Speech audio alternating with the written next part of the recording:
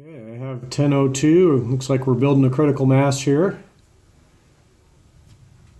I'm going to go ahead and call the June 3rd meeting of the Transportation Technical Advisory Committee to order.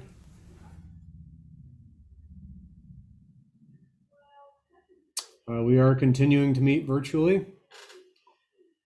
If anyone in the audience is interested in speaking during the meeting, you can raise your hand to be recognized, or you can press *9 if you're on the phone and use *6 to mute and unmute.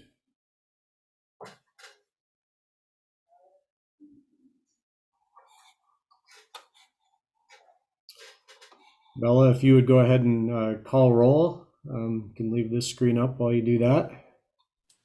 Yeah. Oh, let me fix my audio.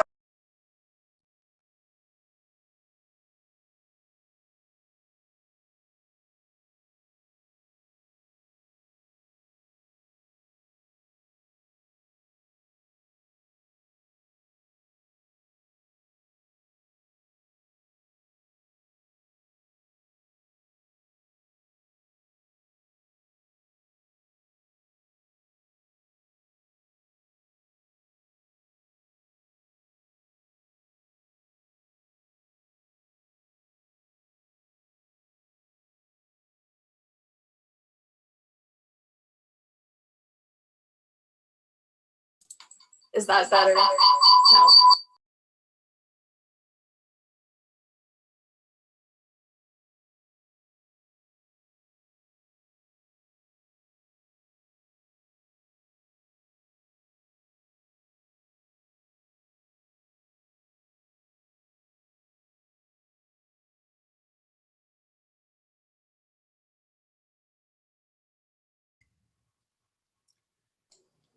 Okay, can you guys hear me now without the echo? Perfect, I'm sorry about that. All right, do we have Shane staff present?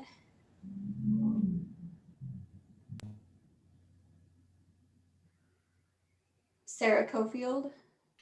Present. Corey Aldridge? Ellen Buchanan?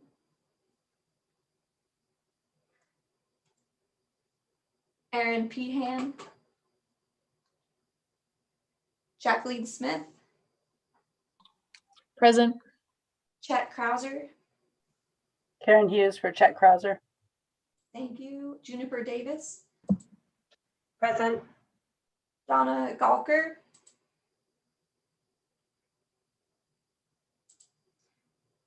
Ryan Hammond? I am present. Lynn Hellegard? Present. Jeremy Keene? Present?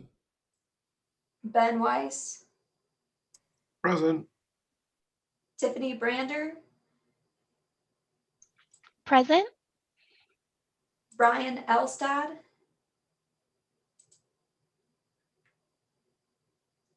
Bynum Jackson? Eva Rock? Katie Potts? This is Vicky Cernich for Katie Potts. Thank you. And last one on the list is Emily Brock. Here. Perfect. Did I miss anyone? Yeah, this is Vince Caristo for Corey Aldrich.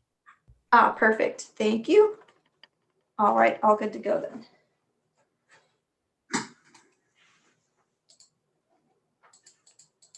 Okay, thanks, Bella. Appreciate that. Okay, we have minutes to approve from our May 6th meeting. Any comments or corrections to the minutes?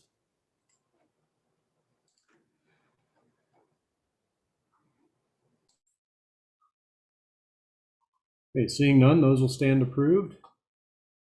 Any public comment on items that are not on the agenda?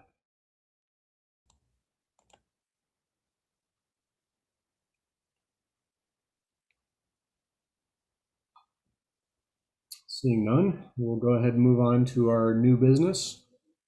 3 items today. First one is review and final approval of the Missoula Connect Long Range Transportation Plan. Aaron Wilson and Jennifer Weiland.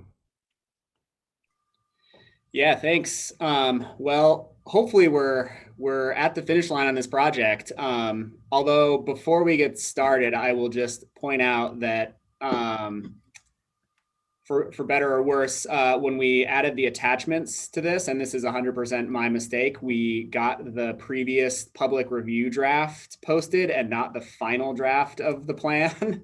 So if anyone was looking through it and wondering why it looked exactly the same as what we presented last month, that would be why. And so keep that in mind. I'll go through the presentation and talk about the changes we made, and then we can have a discussion about how we want to proceed, given that the final draft was not posted with the agenda. Although we have updated it now, and so it is on the agenda as it should have been last week, but keep that in mind, and we can have a quick discussion at the end on how we want to address that in terms of moving this project along.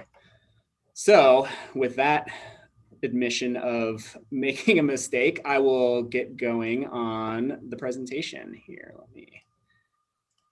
So I just wanted to walk through in this presentation, sort of, we not going to spend a whole lot of time on the plan. We talked about that last month in terms of what we had in the draft. So this is really a focus on what we heard during the public comment period and some of the changes we've made, and essentially what has changed since last month in the final draft of the plan, and then talk about what needs to happen for adoption. So just as a quick overview, I think it's good for us to see sort of what we've done and how far we've come over the last year and a half. We've been looking at the schedule a lot. We've been meeting regularly. And so I think everyone has been very involved in this process from the beginning, which as we go through these comments, hopefully we'll see that a lot of the changes that we may have had to make, we've just been making all along. And so what we're presenting in the plan, the final plan, I think reflects all of that work that we've done over that last year and a half. And so now we're at the end of this long planning process. We're at plan adoption and hoping to get this plan finalized and then move on to working on implementing the various recommendations that are included in the document. So that's kind of a general overview. We've done a lot of work, we've done a lot of engagement, and now we are at the end of the road. So briefly, our public notice and adoption schedule. So we are required per our public participation plan for long-range plan updates and amendments require a 40-day notice. And so we have been advertising this draft plan. We put it out on our website. We've done legal ads, social media, all of our committee meetings over the last month and a half. We initially released the draft in the very end of April, and we'll have 45 days as of TPCC on June 15th. That included an open public comment period in May where we collected comments. Most of those were either through the website or via email. We had a couple of phone calls of just talking through things. We had our committee presentations at TTAC and TPCC. We did our technical and citizens advisory committee meeting, presented the draft plan and had some good conversations and took those comments. And then we did social media, a press release, and tried to get the word out there as much as possible. So I think we had pretty good engagement on reviewing the draft plan and getting comments back. But as I mentioned, we've spent a lot of time talking about this, both with our committees and in the public over the last year and a half. And so I think we did a good job reflecting all of that work. And most of our comments were not major substantive. They were, minor things that we could address fairly easily. So I'm going to walk through the comments we received and then highlight a few of the key themes that came out of those comments and how we tried to address them. We're not going to go through every single comment. We have that in the appendix, in the appendices in terms of all the comments we received and how we addressed them if we were able to. But just on a big picture, we received about 20 comments through the website and the interactive tool. We had quite a few more people visiting and reviewing the plan, but those comments were the ones that were specifically either on specific elements of the plan or just generally. And it was a really good mix of questions that people had about the plan that we could clarify, or a lot of comments that were, I think, just really positive and really liking what they saw. And a good example is the Brook Street. We had a couple of comments on that project that people really liked that, and I think really appreciated the spotlight and how it illustrated what a lot of the different goals and what we're trying to achieve in the plan. And so it's good to receive feedback that's not just, here are all the things you need to fix in your plan, but are also highlighting things that people really like about it. We also received a little over 60 agency comments. So those came from city and county and MDT. We received a number of email comments directly from people who had reviewed the plan and sent us their comments that way. And then we had comments from our various committees and some just coming from the project team, whether that's the MPO staff or Jennifer's team. Some of those comments that as we went through the plan one more time, identified a few things that we could fix, some typos and even some content that we wanted to refine a little bit more for the final plan. So a handful of comments, probably close to 100 comments overall that we were able to address and work on and integrate. And I think we're all good in terms of making a better final plan at the end of the day. So the first topic I want to talk about, that there were a lot of comments related to transit and transit-oriented development and land use and how all of those things are related in the plan. And some questions were about how we were intending that those different elements to be related. For instance, a transit-first community is one of our policy recommendations. There were questions about how that relates to things like TOD or our land use. Or our infrastructure funding. And so we were able to add a little bit of clarification there. We wanted to really focus on better connecting the different transit components of the plan. So those things like the transit first community, transit oriented development, our mobility hubs, and then the work that Mountain Line is working on. And so we've tried, some of those are just minor edits, mentioning those things in different elements and trying to create common threads through all those different policies and programs and recommendations. But we also wanted to emphasize the relationship with land use better. And we received some good comments from community planning about how we might do that, and some questions they had about how these different elements are related. And so some of these are, again, not huge substantive changes, but doing things like adding future transit to the map of the North Reserve Scott Street area to show how transit really integrates with the other infrastructure investments we're making in that area, and really highlight that transit is part of the backbone of our transportation system. And if we really want to achieve that focus inward and more efficient development pattern, that transit is going to be a really key part of that. And so we have tried to integrate that throughout the document. We also added some clarity about the connection between transit and the idea of mobility hubs. There were some questions about whether mobility hubs were just focused on transit. And so we tried to clarify that that's a concept that is going to be important for transit-oriented development, but also can work in places that are more rural or suburban, that maybe focus more on van pool and car share and some of these other emerging services that we can integrate in places that maybe don't have good transit access or that are providing sort of a gateway into the transit system.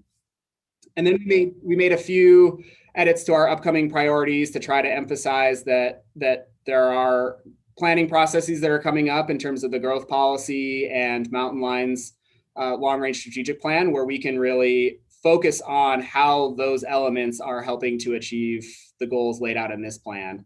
And maybe some specific recommendations on things that those plans could work on in terms of better fleshing out how we're going to do TOD, or how transit is going to support areas where we're identifying future growth, or how it can or cannot support those areas.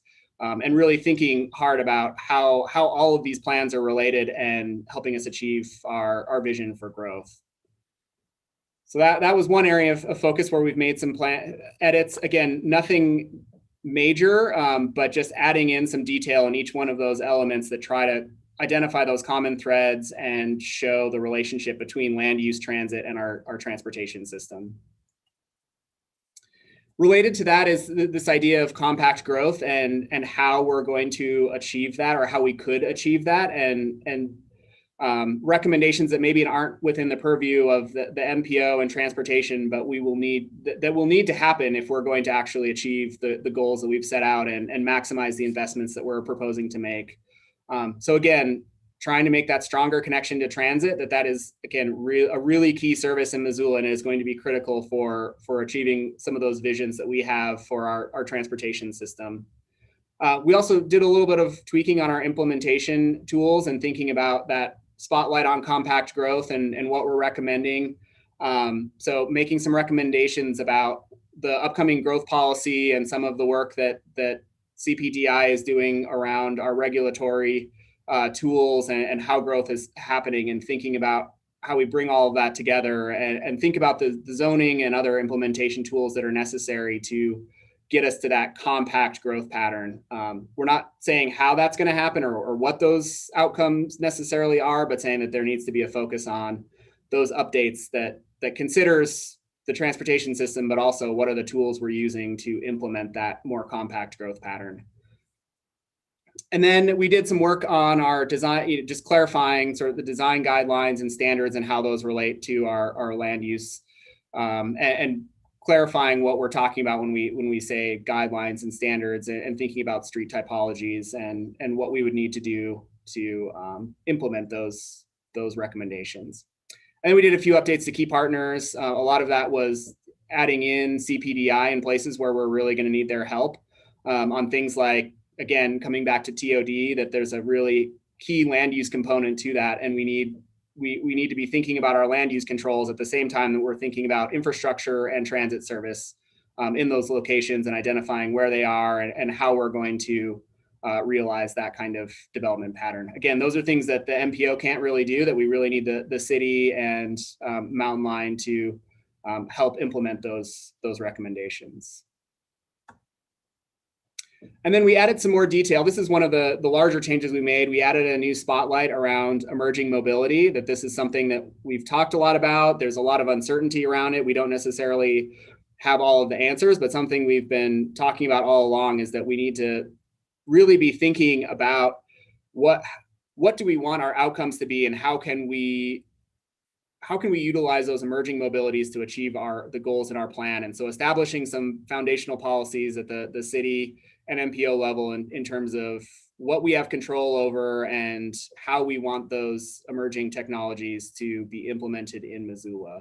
Again, a lot of that's going to happen at the state and the federal level, but we do have some control over things like bike share and scooters and other types of autonomous vehicles are here. They are going to continue to be here.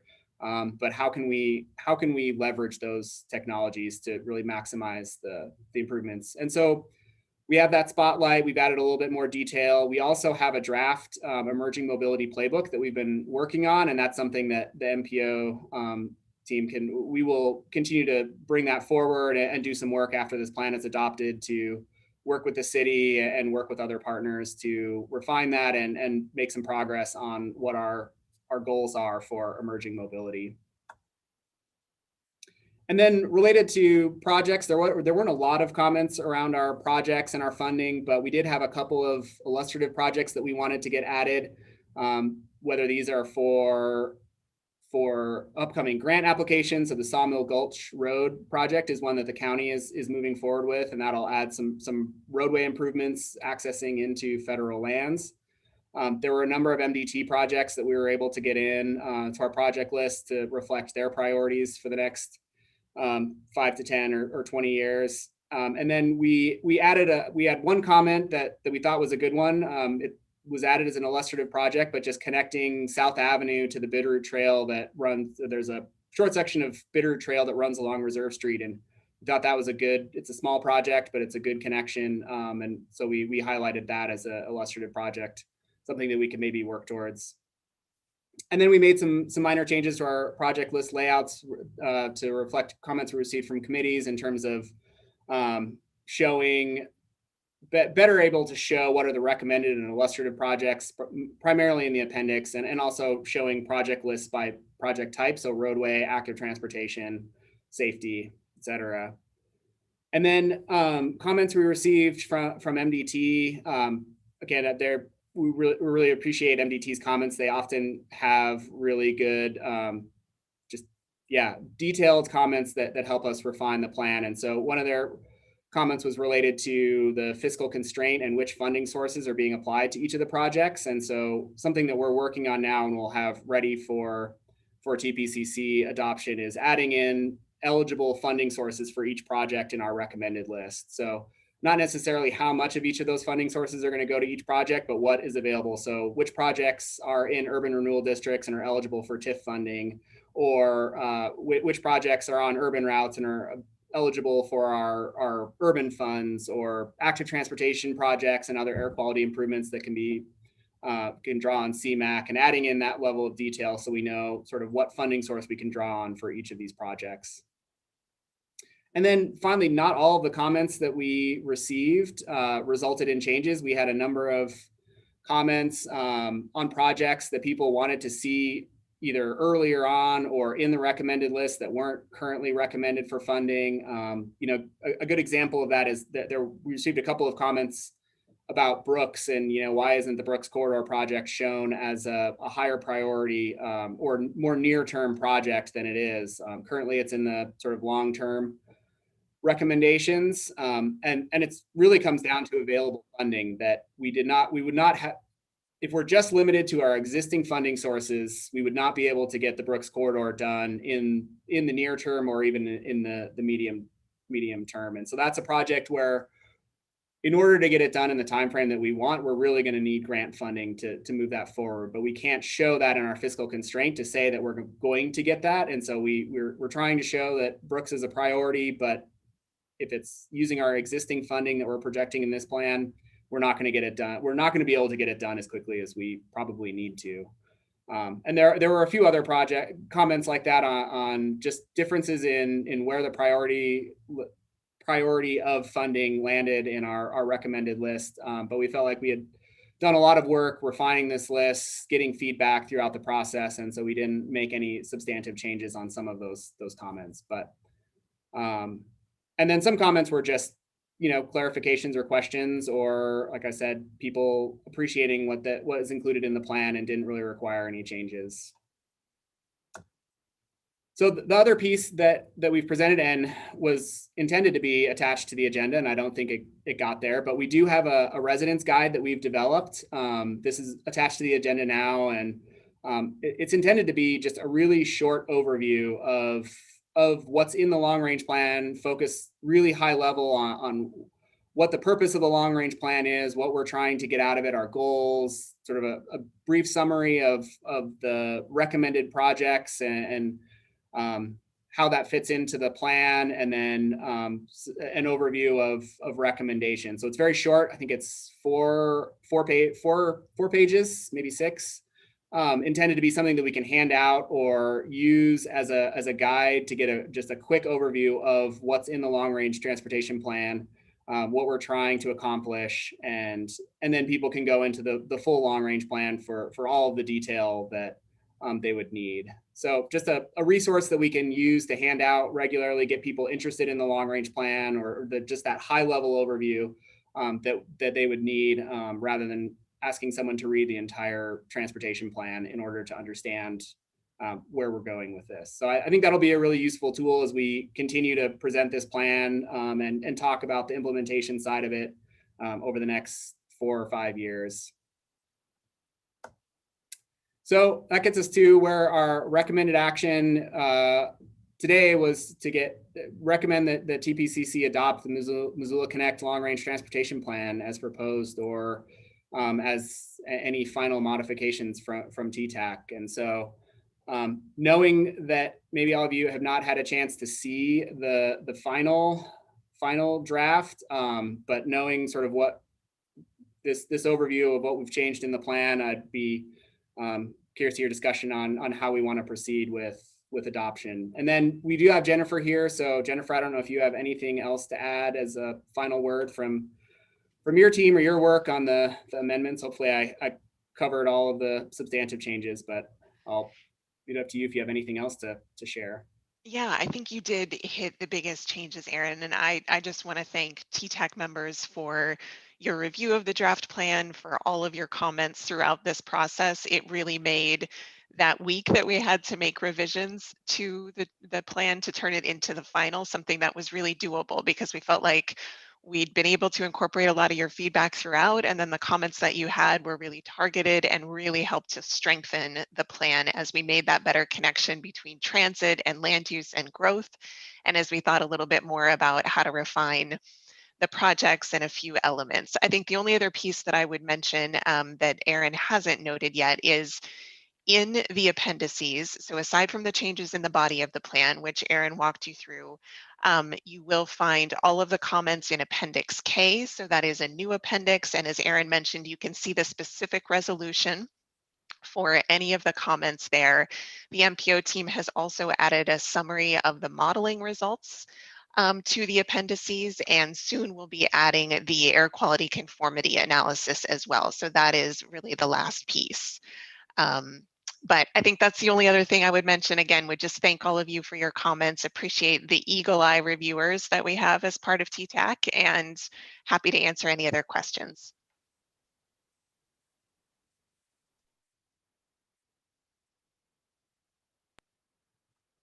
Okay, thanks, Aaron. Thanks, Jennifer.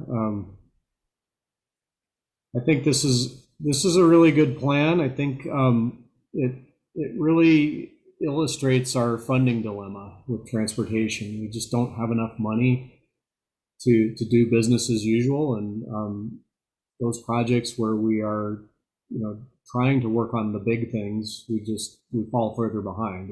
They take many years and use significant resources. So this plan, I think, reflects a proactive strategy to all those ideas around focusing on safety and mobility choices and connectivity to key places, land use.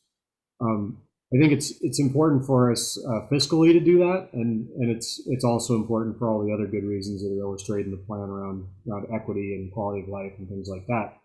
But I think it also requires us to change our thinking a bit in terms of the way we make decisions on transportation projects, and so it will be a challenge to us to think differently as we look to implement these projects. But I think the plan gives us a good framework for making those decisions. So thanks for your work on that. Any comments from the committee? Ben? Thanks. I guess it's nice to hear that people want to see the Brooks project happen sooner than later, and it makes me wonder, knowing that we're fiscally constrained and we can't show, that's why it's put out further.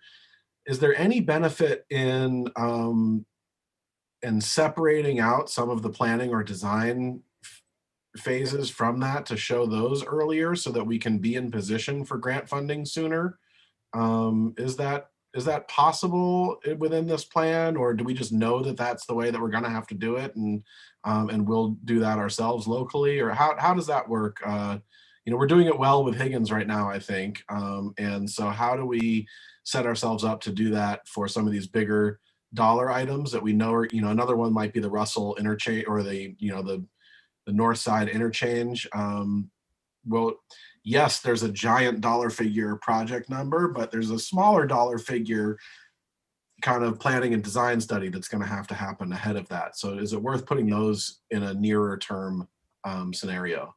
Yeah, and thanks for asking that, Ben, because we did one of the changes we did make was in the last chapter where we sort of lay out our near-term priorities of things that we need to be working on, not just here are the near-term projects that we're going to fund, but activities that we as the MPO or city or county should be working on. We did add both Higgins and Brooks, continuing those studies, that those are going to continue to move forward, and that is a priority for us if we want to get the funding that's available. And so we do have that in there as a sort of near-term priority to do the preliminary planning work that's critical for those projects. And so that element is in there to some extent for those projects and a few others.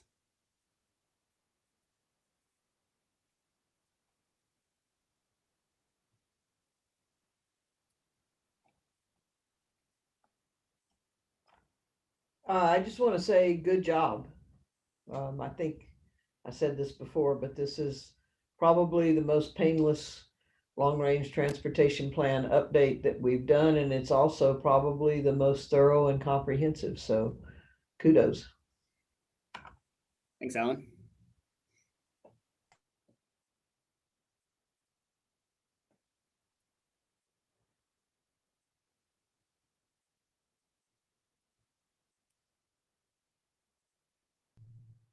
Okay, this is an action item, so I'm looking for a motion to approve the long-range transportation plan as presented.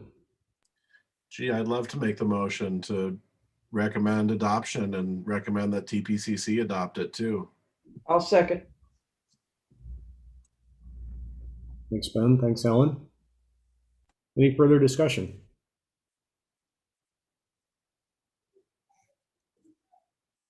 Okay, I don't remember how we vote. I think you can do a voice vote, all in favor, and then a voice, any opposed. Okay, thanks, Aaron. So all in favor of the motion to recommend TPCC approval of the Missoula Connect Long Range Transportation Plan as presented to TTAC today? Aye. Aye. Aye. Aye. Aye.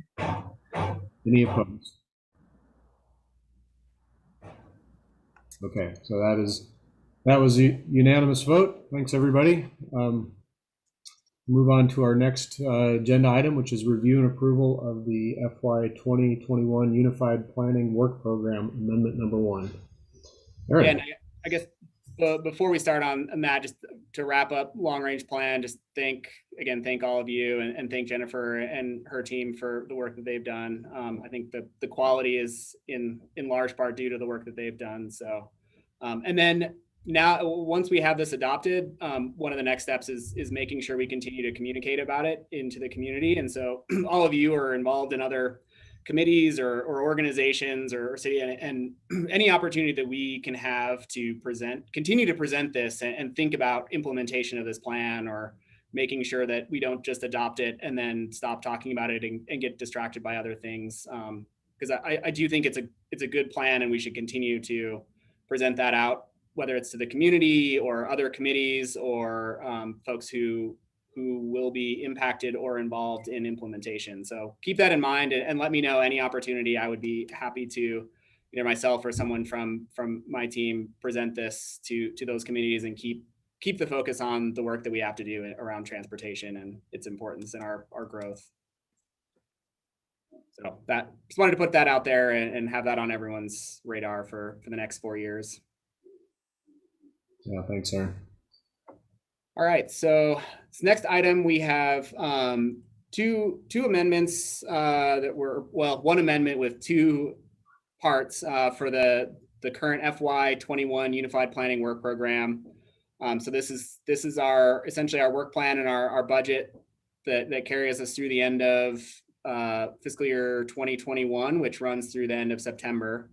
And the two pieces to that are, one is a amendment to our budget for the long range transportation plan, which we've just adopted. We have a budget amendment for that project to cover some additional work, and I can talk through sort of why we are where we are on that budget. And then the second item is related to programming some additional transit planning funds that were available at the state level to assist Mountain Line in starting their long range plan in FY 22. And so getting those funds allocated through the 5303 transit planning program.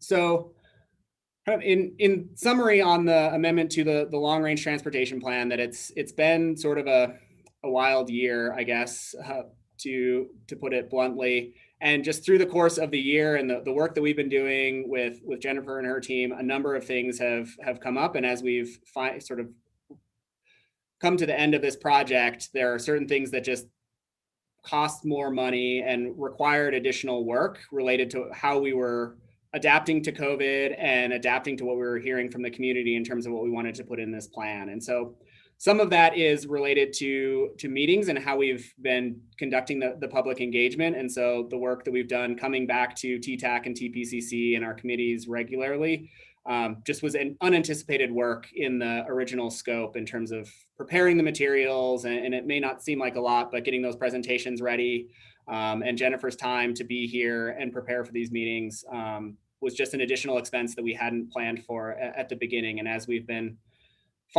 completing this project and looking at where our budget's at, we just needed some additional funding to help cover that. We've also asked Nelson Nygaard and Jennifer's team to do a lot more graphic work than I think we'd initially scoped in this plan. And some of the data analysis that we're just realizing took a lot more of their time to get that done, related to what data we had available and the work that we were doing. And then the third part was on our scenario analysis that we did more on the scenario analysis side than we had necessarily intended to at the beginning. And it just took a little additional budget to do that work. I think all of that said, the value that we have gotten out of that work is well worth it. And the quality of the plan that we have is because of those additional investments. And having Jennifer here and taking the time to make those presentations and get the involvement at the point that we needed to. And the graphic elements of the plan and some of the other materials like our existing conditions report, we will be able to continue to use that over the next several years in presenting this plan. It's going to be a lot easier to do that. And I think the communication of what we're doing is much improved because of that. And so we're requesting an additional $65,000 in PL funds to cover that additional work. We'd already budgeted for the rest of those costs in our contingency. And so this would be some additional funding. We have plenty of PL funds to cover this. And so we will still be left with a reserve of over $400,000 in PL funds. I think it's actually going to be a little bit more than that because there are a few projects that we haven't started yet or that just haven't happened or maybe won't happen. And so our reserve is, we have a healthy reserve to get us through the next few years and to be thinking about changes to MPO status and PL funding and the next long range plan. And hopefully with the quality of this plan, our next update can be very simple and straightforward. So we have plenty of PL funds to cover those increased costs. I think the value that we have gotten out of the extra work that Nelson Nygaard has done is well worth the money and will serve us well down the road and has a good plan. So that's the PL funding, the first part. The second part, so the state MDT had some additional transit planning funds that are going to expire this year. And so it's a good opportunity for Mountain Line, and Vince could talk a little bit more about this if there are questions, but with Mountain Line's upcoming strategic plan update, those funds will be useful for helping to get that project up and running and help cover that cost and provide some additional funding. So I think pretty straightforward amendment. If you have any questions, we do still have Jennifer here and related to our contract for their services on the long range plan, and Vince is here. He could talk if there are any questions related to the Mountain Line's long range strategic plan or those 5303 funds. So that is what I have to say on that. Our recommendation is that TTAC recommend TPCC approval of this amendment to the UPWP to allow for those two changes. So any questions or comments or thoughts?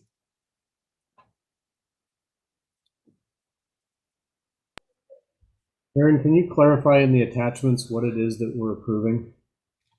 Yes, we're approving Amendment 1 to the draft Unified Planning Work Program. And so I've highlighted in red, there are a couple of places here. Let me share my screen and I can get the right.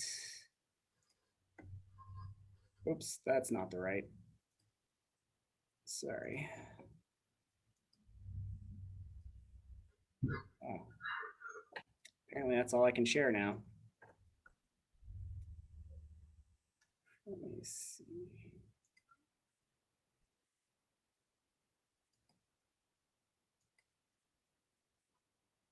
Okay, there we go. All right, are you all seeing now the funding table from the UPWP? Mhm. So really what this boils down to is this is a summary of our Unified Planning Work Program funding broken down by each of the work elements. So one of the changes is under work element 300, which is our long range transportation plan update. We'd be adding an additional $65,000 to that out of our PL funding. And so that's shown in red here, and that's going to our consultant services. So that's one change. There's also, that's reflected in the body of the document in our long range plan section. So you'll see on the table related to, it's again, just breaking out that funding for long range transportation plan update. And so we've increased the amount of funding available for consultant services in FY21. So that's one of the changes. The other is related to transit planning with those additional 5303 funds. So we're increasing our 5303 revenue with this amendment because those funds are additional funds coming from the state. And that's going towards the Mountain Lines long range plan update. And that's split between $60,000 in federal funds and $15,000 in local. So you'll see an additional increase for both FTA and local funding on that table. And then that's also reflected in our, sorry, hopefully this isn't making anyone sick flying through these pages. You'll see that reflected in this funding summary table of our work element 502, which is transportation plan, transit planning. There's some additional funding there. So that is essentially what we're asking you to approve, is use of that programming of that additional 53O funds and then allocation of some additional PL funds to the long range transportation plan work element. Thanks, Aaron. That was really helpful to point those out. I appreciate that. Yep, sure.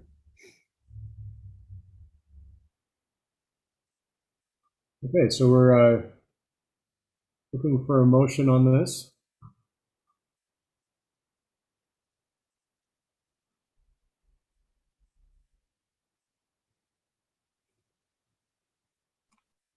I'll make the motion. This is Emily. Thanks, Emily. Have a second? I'll second. This is Lynn. Thanks, Lynn. Okay, so we have a motion recommending TPCC approval of amendment number 1 to the FY21 Unified Planning Work Program as presented at TTAC today. Any further discussion on that motion?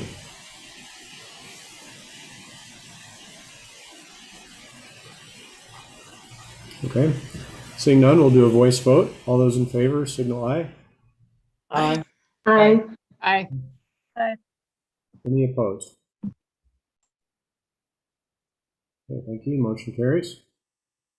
Thanks, Aaron. Just out of curiosity, what's the timing on Mountain Line updating their long-range plan? I'll let Vince tackle that one. I want to speak for. Sure. Thanks, Aaron. Our plan is to begin the search for a consultant help in the calendar year of next year. So that's reflected in I think in the narrative that we included in the UPWP. But yeah, we'll start work next year, and it'll probably take about 6 to 9 months, I think, to complete the work. Good, thank you.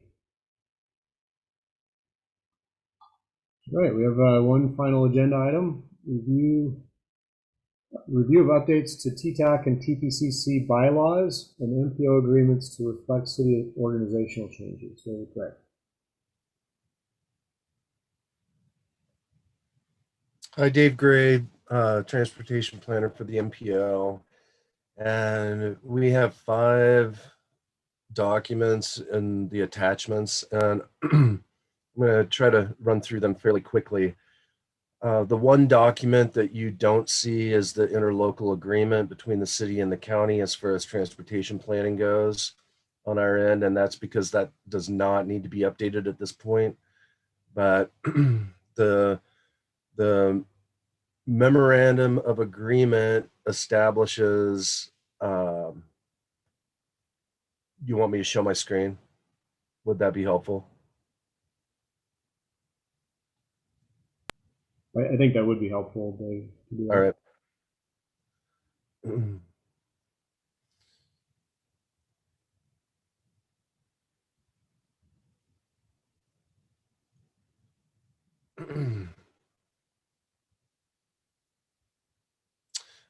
So we've got 5 different documents here, and I'm going to start with the memorandum of agreement. Can you see that? So that establishes the planning board as the oversight agency that transcends both city and county, and they have control over a greater area. And this was established in 1982 as far as our continuing cooperative and comprehensive part of becoming an MPO. And it may seem a little weird with the planning board is in charge of it, but you can see planning board there, and then where TPCC comes in is right there. So TPCC is the actual decision-making body, and planning board is basically our charter organization that we need to have. One way or the other, none of these documents have any substantial changes to them from the last ones. They merely reflect the restructuring of the city as far as from development services to the new divisions and that sort of thing. Then PL funds. We were just talking about planning funds. This sets up how planning funds can be spent and what elements are eligible for it. Generally speaking, the PL funds go toward the UPWP, the Long Range Transportation Plan, and MPO staff salaries. So for PL funds, what's eligible are planning activities like Higgins, Brooks, the front main conversion, that sort of thing. They can't be used for projects like overlays and that sort of thing.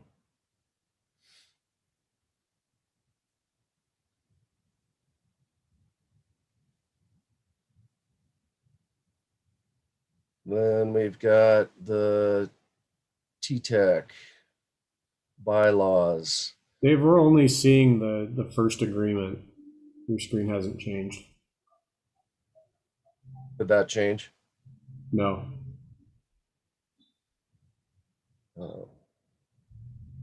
Let me redo. All right.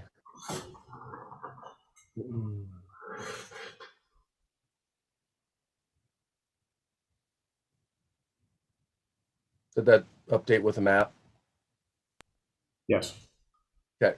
So what you're looking at there is our urbanized area, which is the light yellow shading. Our planning area is the red outline that goes basically Frenchtown, Tura, Lolo, up to Evero. I can zoom out, but I kind of like to keep it right here with the city. And so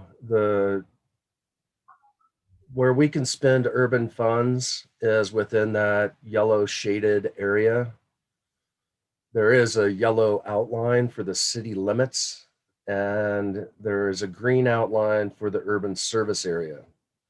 So it's really just a way to help identify where the MPO can spend urban funds and at what level we can actually be effectual all the way out to Tura, Lolo, and up to Evero. You know, that's where we can go for for grant funding and that sort of thing. But your bylaws, I highly recommend everybody on TTAC look through this document if you're not familiar with it. There's nothing extraordinary, nothing extraordinary changed aside from some divisional titles. But if you're not familiar with this document, it's one of the fundamental things that we have going on. So we've got the memorandum of agreement, which deals with the city, county, state, and mountain line. And with interaction with the planning board. Then we've got the PL funding, and we've got the bylaws for both TPCC and TTAC in here. The last document is the performance-based planning measures, and that's where the MPO agreed to support the MDT targets for safety, freight, all of that. And those are all, you know, measurable.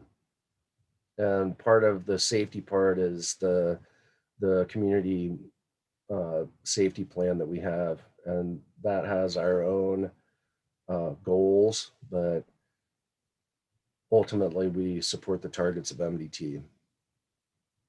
And I'm willing to answer any. I know that's like a bunch of documents. All of them have gone through legal at city and county.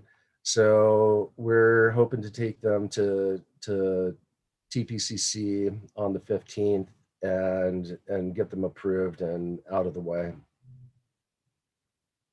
So Dave, just to clarify, the primary change here is just housekeeping to change the name of City Development Services to Community Planning, Development, and Innovation.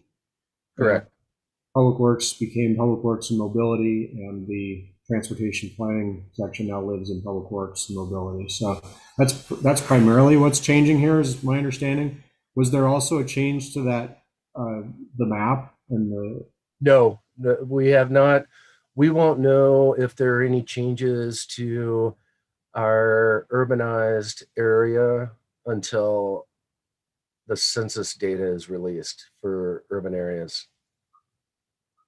Okay. I doubt that there's going to be a change one way or the other. But you're correct on, yeah, the terminology is the only thing that's changed at this point. Okay, so no real substantive changes here, just housekeeping. Correct. Okay. Good. Are you looking for a motion here? No, I don't think we can actually do a motion. We just wanted to have an informational item update to TTAC because in order for there to be a motion and a vote, we would have had to publicly noticed it. Yeah, and just that none of these are signed by TTAC. Pretty much all of these are signed by their agreements between city and county and MDT and Urban Transportation District. So it's largely just, but it does affect the work that you all do to some degree in terms of bylaws and PL funding. So. Good. I appreciate the update, and it is good to refresh on these and read through them every once in a while. So it's nice to have them in front of us again. All right. Thank you. Any comments or questions from the committee?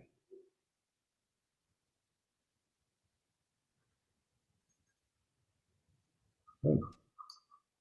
Seeing none, we are on to old business. We don't have any items of old business on our agenda. Any announcements or closing comments?